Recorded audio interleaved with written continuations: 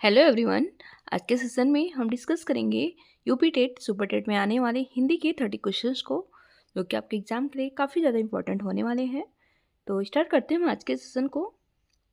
First question है आपका, कौन वर्ड घोष नहीं है? ई, छ, आ, ड।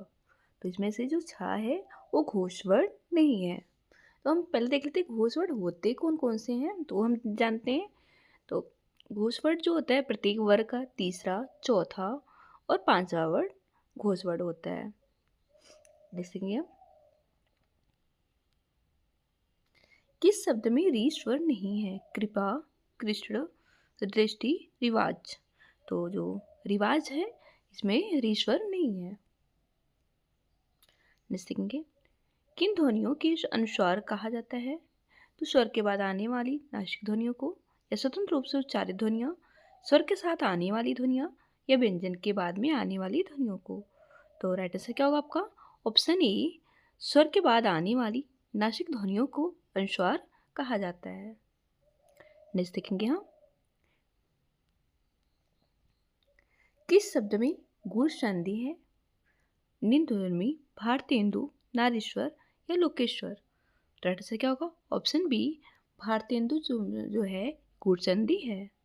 देखेंगे वृक्ष छाया का संधि विच्छेद होगा? वृक्ष छाया, वृक्ष छाया, या वृक्ष छाया, या वृक्ष प्लस छाया।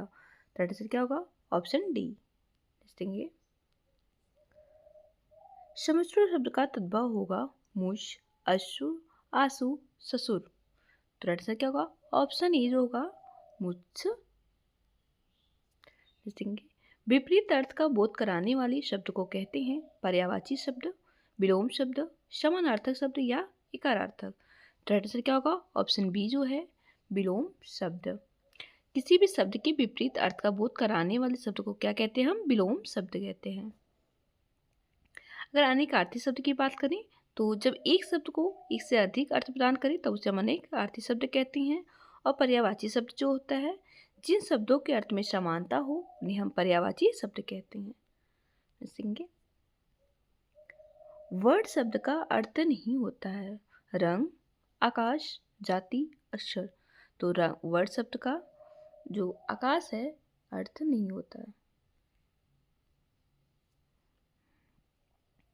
देखेंगे हम कौन सा शब्द कमल का पर्यायवाची नहीं है? जलज, अंबुज, मनीष, मंसिज या पंकज।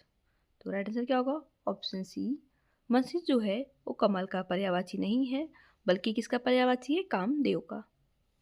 नेक्स्ट देखेंगे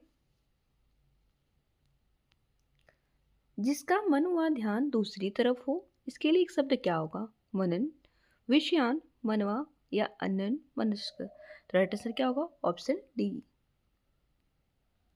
नेक्स्ट देखेंगे अविधा शब्द शक्ति में वाचिक प्रकट होता है, लक्ष्यार्थ प्रकट होता है, या व्यंग्यार्थ प्रकट होता है, या विचित्रार्थ। राइट आंसर क्या होगा आपका? Option E. देखेंगे हम भाववाचक संज्ञा के अंतर्गत आते हैं पशु पक्षी आदि, गुण दोष आदि, दिशाएं या आभूषण आदि। तो भाववाचक संज्ञा के अंतर्गत क्या आते हैं? गुण व दोष। राइट आंसर क्या होगा आपका? ऑप्शन बी, जो संज्ञा किसी व्यक्ति या वस्तु की जाति गुण का बोध कराती है उसे हम क्या कहते हैं? भाववाचक संज्ञा कहते हैं। देखेंगे हम मदन काली पतलून पहन के खेलने आया, इसमें विशेषण क्या है? काली, पतलून, मदन या खेलने। थर्ड आंसर क्या होगा आपका? काली। विशेषण किससे कहते हैं? संज्ञा या सर्वनाम की विशेषता बताने वाले शब्द को हम क्या कहते हैं? विशेषण कहते हैं। देखेंगे हम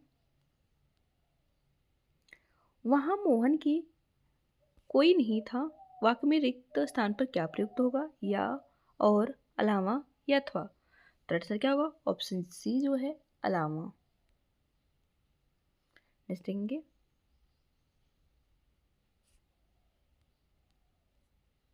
हमें सफलता मिलनी तक प्रयास करना चाहिए, इस वाक्य में तक क्या है?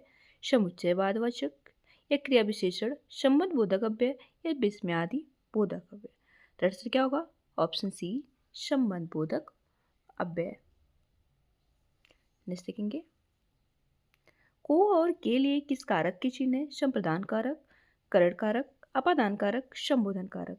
तो आंसर क्या होगा? ऑप्शन ए संप्रदान कारक। देखेंगे उद्देश्य और विधेय किसके अंग हैं? वाक्य, रचना, शब्द या अर्थ। तो राइट आंसर क्या होगा? ऑप्शन ए उद्देश्य और विधेय जो है वाक्य के अंग है। वाक्य दो भेद होते हैं, उद्देश्य और विधेय। देखेंगे तेंदुलकर ने एक ओवर में 5 छक्के लगाए, इस वाक्य में उद्देश्य क्या है? छक्के, तेंदुलकर, ओवर या 5। तो आंसर क्या होगा? ऑप्शन बी तेंदुलकर जो है वो क्या है? उद्देश्य है, क्योंकि वाक्य में जो तेंदुलकर है वो करता है और करता जो होता है वही क्या होता है? उद्देश्य होता है। देखेंगे हम किसी कठिन शब्द को स्पष्ट करने के लिए किस विराम चिन्ह का प्रयोग होता है? विवरण चिन्ह, निर्देशक, कोष्ठक या उपराम। तो आंसर क्या होगा आपका? ऑप्शन सी कोष्ठक। देखेंगे अवसर का लाभ उठाने के लिए उपयुक्त है बहती गंगा में हाथ धोना, आकाश पाताल एक करना या फूले ना समाना या अंगारों पर पैर रखना। तो आंसर क्या होगा आपका? ऑप्शन ए बहती गंगा में हाथ धोना। अगर बात करें हम अंगारों पर पैर रखने की बात करते हैं, अगर हम मतलब जानबूझकर हानिकारक कार्य करना। अगर आकाश पाताल एक करने का क्या मतलब होता है? ये सारा प्रयास कर डालना। फूले ना संभालने का मतलब अर्थ होता है कि अत्यंत प्रसन्न होना। देख सकते हैं बाधा डालना मुहावरे का अर्थ है पाला पड़ना, रोड़ा अटकाना, बरस पड़ना या दांतों में जी पड़ना। तो आंसर क्या होगा? ऑप्शन बी रोड़ा अटकाना। देखेंगे अपना हाथ जगन्नाथ का अर्थ है मनमानी करना, अपना हाथ पूजनीय होता है या अपने हाथ से काम ही उपयुक्त होता है, अपने हाथ से दान करना। तो आंसर क्या होगा? ऑप्शन सी अपने हाथ से काम करना ही उपयुक्त होता है। देखेंगे हम मैं तुम सबको खूब समझता हूँ, तुम सब एक जैसे हो कि उपयुक्त है। चोर चोर मौसेरे भाई, एक ही थैले के चट्टे बट्टे, कीर बेर का संग, जैसे जगन्नाथ वैसे शापनाथ। तो आंसर क्या होगा? ऑप्शन बी एक ही थैली के चट्टे बट्टे। देखेंगे हम अधिसूचना का प्रकाशन कहाँ होता है? राजपत्र, समाचार पत्र, सूचना पत्र या इनमें से कोई नहीं। तो आंसर क्या होगा? ऑप्शन ई राजपत्र। जो सरकारी स्तर पर अधिसूचना का प्रकाशन अधिकतर क्या होता है? भारतीय राजपत्रों के लिए होता है। देखेंगे निविदा सूचना का उद्देश्य है सामान की आपूर्ति करवाना, सामान की नीलामी, निर्माण कार्य करवाना या सभी। तो आंसर क्या होगा? सभी।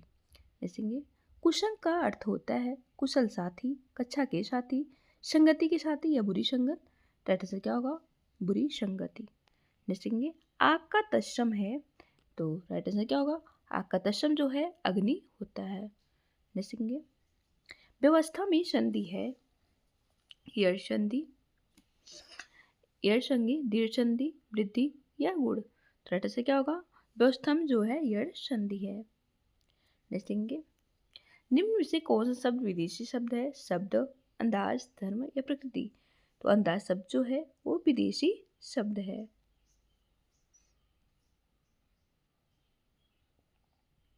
नेक्स्ट देखेंगे हम निम्न में किस शब्द में प्रत्यय नहीं है? पीढ़ियों, विशेष, लड़ना, सैकड़ों। तो राइट आंसर क्या होगा? ऑप्शन बी जो है इसमें प्रत्यय नहीं है। ये रहे इस वीडियो के लास्ट क्वेश्चंस। तो जैसा कि यूपी टेस्ट सुपर टेस्ट में हिंदी के 30 क्वेश्चंस आते हैं, तो हम आपके इस सीरीज़ में इंपॉर्टेंट 30 क्वेश्चंस को हम कवर कराते हैं। तो आई होप आपको हमारी वीडियो पसंद आई होगी। मिलते हैं हम आपसे नेक्स्ट वीडियो में एंड थैंक्स फॉर वॉचिंग।